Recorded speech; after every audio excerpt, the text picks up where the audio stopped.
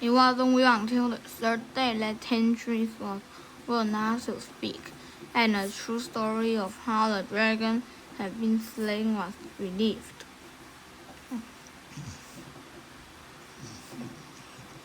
King Gordon stared at him. "How do I know you speak the truth?" "I cut out the dragon's tongue," replied Tristan. The steward scoffed. "You believe this lie over me, my lord?" "It is true, husband," Queen Isolde confirmed. Ignoring the steward's outburst, he was still clutching to it when he found it. "It was poisonous." "Let me see," said the king, and the queen signaled the doors open, and two men servants came in, carrying the dragon's head on a litter. They placed it before the king. The mouth had been opened, and the tongue placed back in its rightful place.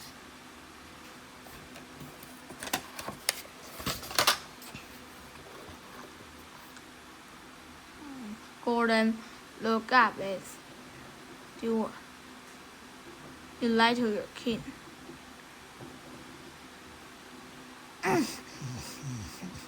"I have served you loyally." The steward protested desperately. "How can you believe this musician over me?" "Because it's the truth," Tristan cried. "Kill the dragon after you ran screaming from its cave.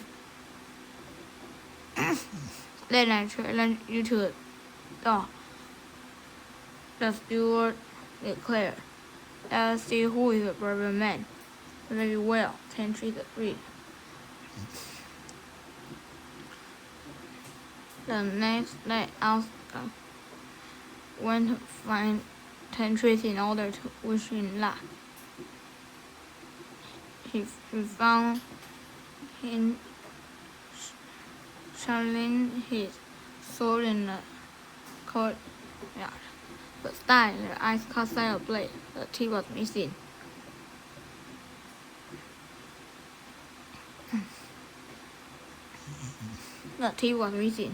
Could this be the short sword tip that had found inside the wound that killed her uncle? Opening the pouch at her waist, Isolde pulled a small piece of iron from it. She had kept it since her uncle's death, when his body was returned to their enemies across the sea. Again, stepped towards the broken sword. Isolde reached out to her dismay. He fitted perfectly. Chapter 6. Mother. Isolde cried as she entered the queen's sitting room. Two guards dragging Tristan behind her. "I bring terrible news," the man with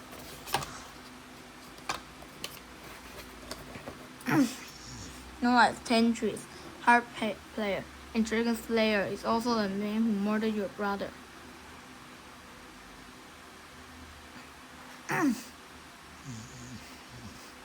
"Is this true?" the queen asked Tristan shakily. "It is, your majesty," he admitted, "but I was defending my home and my people." "Then why did you come to Ireland to see the pain you had caused?" Tristan shook his head. "The wound I had when I first arrived was the result of Morhold's poisonous spear, which only you could cure. And I am here now to win Isolde's hand for Kimmark, my uncle, who wants peace between our two kingdoms." Hearing this, Isolde scoffed, but King Gordon retained for the first time, seeing all for guards to relieve Tristan.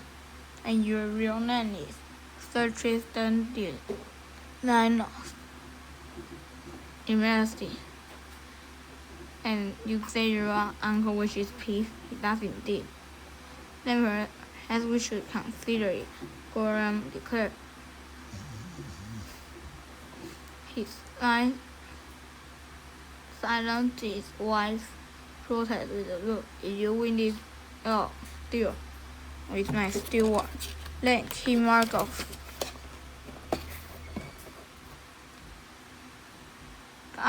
Well,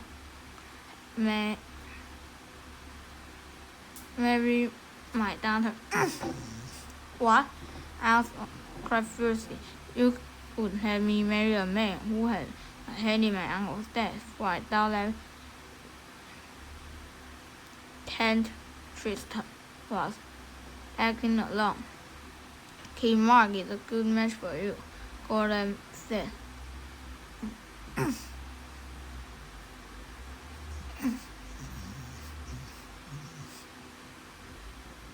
But I have no wish to marry him. Then pray my steward wins. But when the two men met in the arena later that day, Tristan beat the steward easily after saying a tearful farewell to her parents. Isolde boarded a boat that would take her to her new life in Cornwall. She went immediately to her cabin where she vowed to remain for the entire journey. Her maid servant, Break1, tried to follow. She was stopped by Queen Isolde the Elder. To one side so that they could speak quietly. I have something to give you, the Queen whispered, taking a bottle from beneath her cloak. Make sure that on the wedding day, Isolde and King Mark both drink this.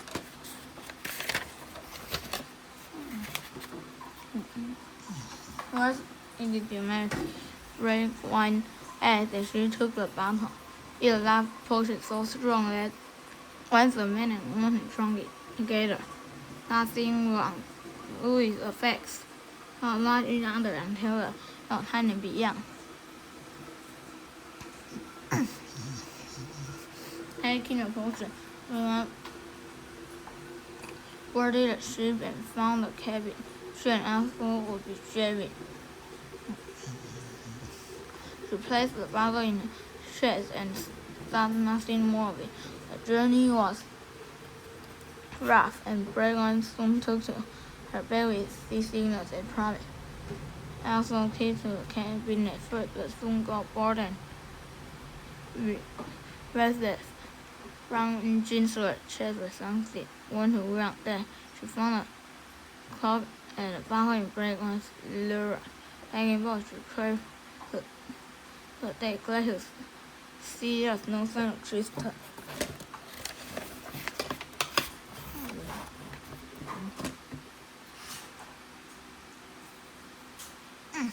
Looking out to sea, she opened the bottle. It is good to see you out of your cabin at last. Al heard the sound of Tristan's voice, but said nothing. Tristan came beside her, his eyes landing on the bottle in her breast. How you about run and see his smile? Automatically. Despite her anger, Al held the other would you like after you raising the bottle to her lips, Al drink. Getting a bitter flavor. It doesn't taste like any wine that she ever had, but she offered it to the nonetheless, taking the bottle. Tristan drank the rest, swallowing his last mouthful. Tristan was very real aware about points on good, especially the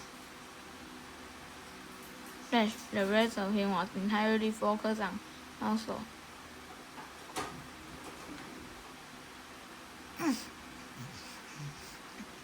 She really was the loudest creature he had ever laid eyes upon. Rolled around him, seemed to dim in the face of Rudy and Harvey faster just from looking at her. Reaching out, Tristan pulled her into his arms. Off the bed, she whispered, "Kiss the tree." For many hours, they stayed in each other's arms, talking only to each other, and had less of any scene or anyone else. They played chess and take turns on Tristan's harp, and they sailed closer teenager. They began to feel decent as a result. They loved each other passionately. Isolde had been sworn to King Mark, and he was soon to be her husband.